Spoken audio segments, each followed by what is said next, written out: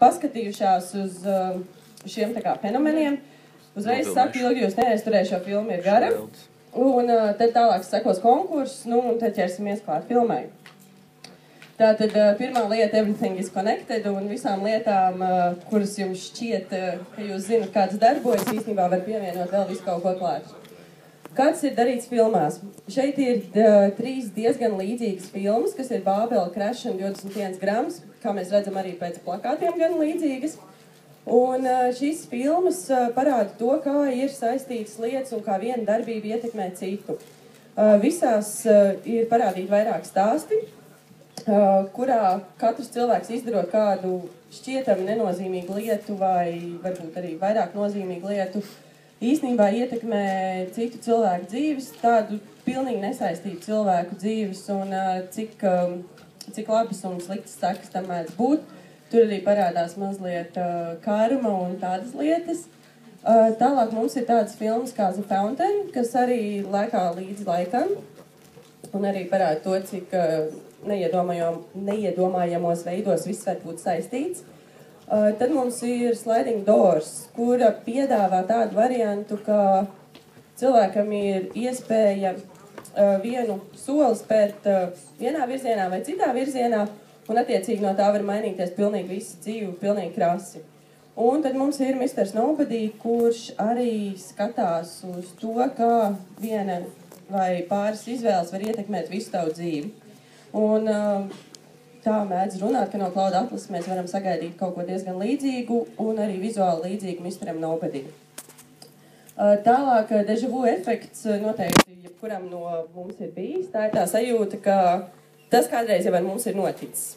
Un dažreiz filmās deja vu efekti mēdz būt arī šādi, ka viņas vienkārši ir līdzīgas. Un šeit šis gan nav deja vu efekts, bet filma, kurā Kristians Bēls arī apspēlēja šo deja vu efektu, un tas ir Mašīnists.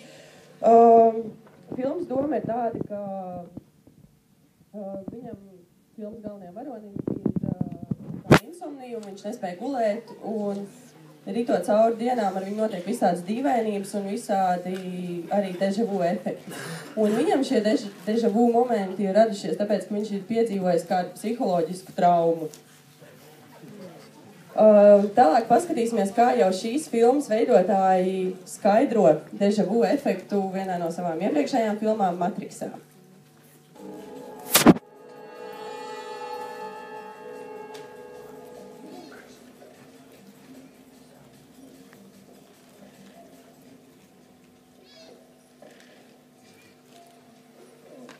Deja vu. What did you just say? Nothing, just had a little deja vu. What did you see? What? A black cat went past us, and then another that looked just like it. How much like it? Was it the same cat? Might have been, I'm not sure. Switch, APOC.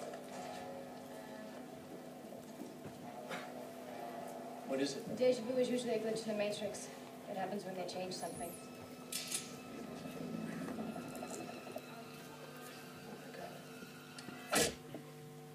Jā, tātad Matrixā šis deja vu tika skaidrots kā glitch, jeb kļūdas sistēmā, ka kaut kas ir nobrucis un patiesībā kaut kas nav tā, kā vajadzētu, un tam vajadzētu pievērst uzmanību.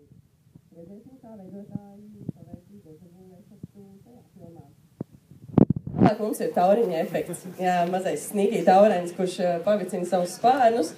Un tad otrā pasaules galā notiek mega vētra un viss tiek izpostīts. Jeb būtībā tas arī parāda to, ka mazas lietas un maz nenozīmīgi, šķietam nenozīmīgi soļi spēj ietekmēt daudz lielāku populāciju un radīt kaut kādu baigot enerģiju.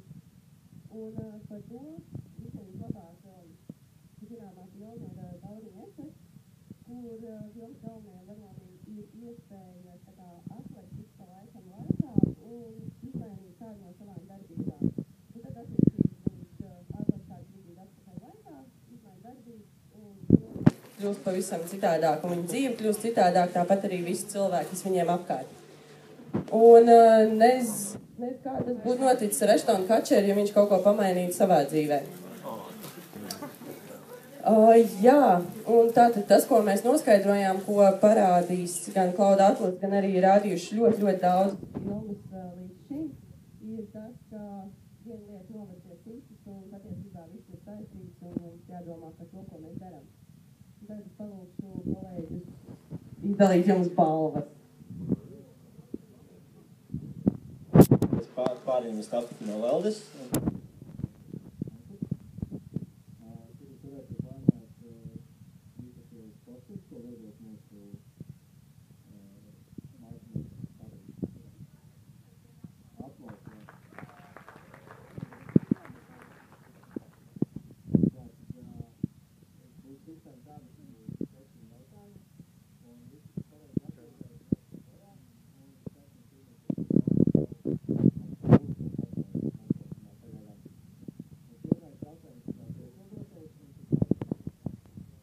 Man šķiet, viņš ir ļoti veiks.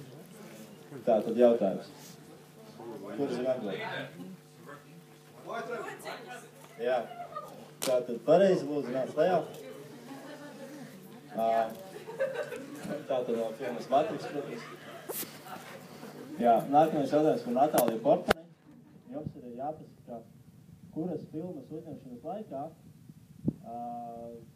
viņa nodeva scenāriju Klauda Atlas.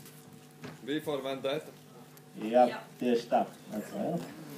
Nākamais par Tomu Henklu. Jums ir jāpasaka, kādas iesaukas viņš iedeva Večovskai. Tur vidu. Tieši tā, pareizi.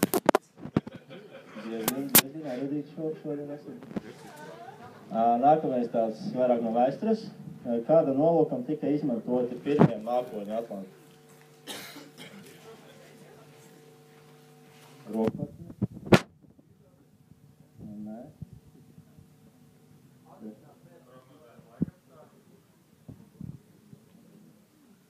Jā, uz to pusi ir.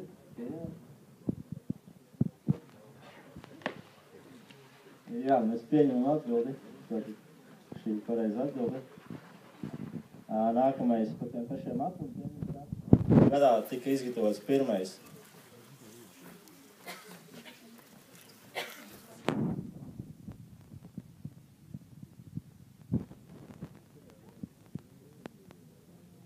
Labi, ir gads.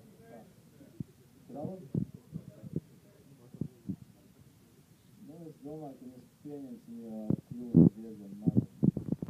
Tā. Jā. Nākamais būs par jautājums par Lariju. Un jāpasaka, pēc kuras filmas viņš veids.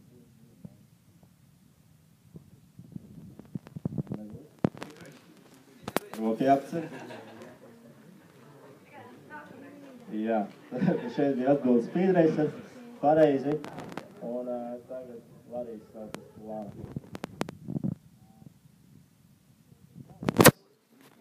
Jums ir jāpasaka, kura filma iedvesmoja Lānu Večovsku uzņemt Klauda Atlas. Un tieši tā kā atsaukties to.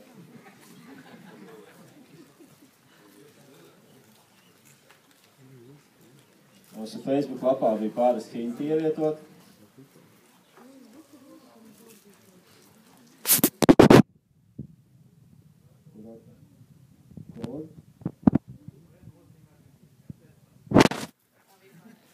Nē, nebūs.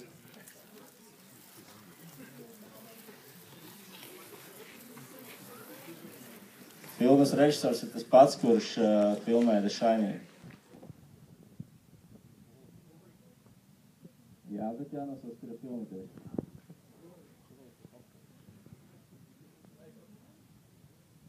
Jā, pareizi. Es nezinu, bet nāc lejā, pareizi.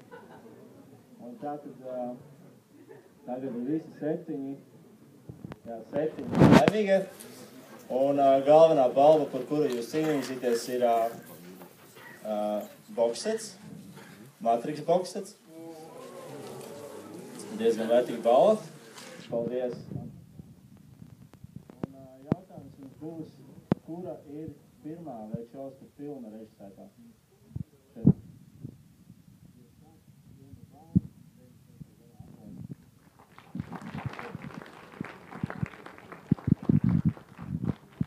šī ir viena no reizēm, kad diezgan ātri atbildīšanās ārā, tā kā nav.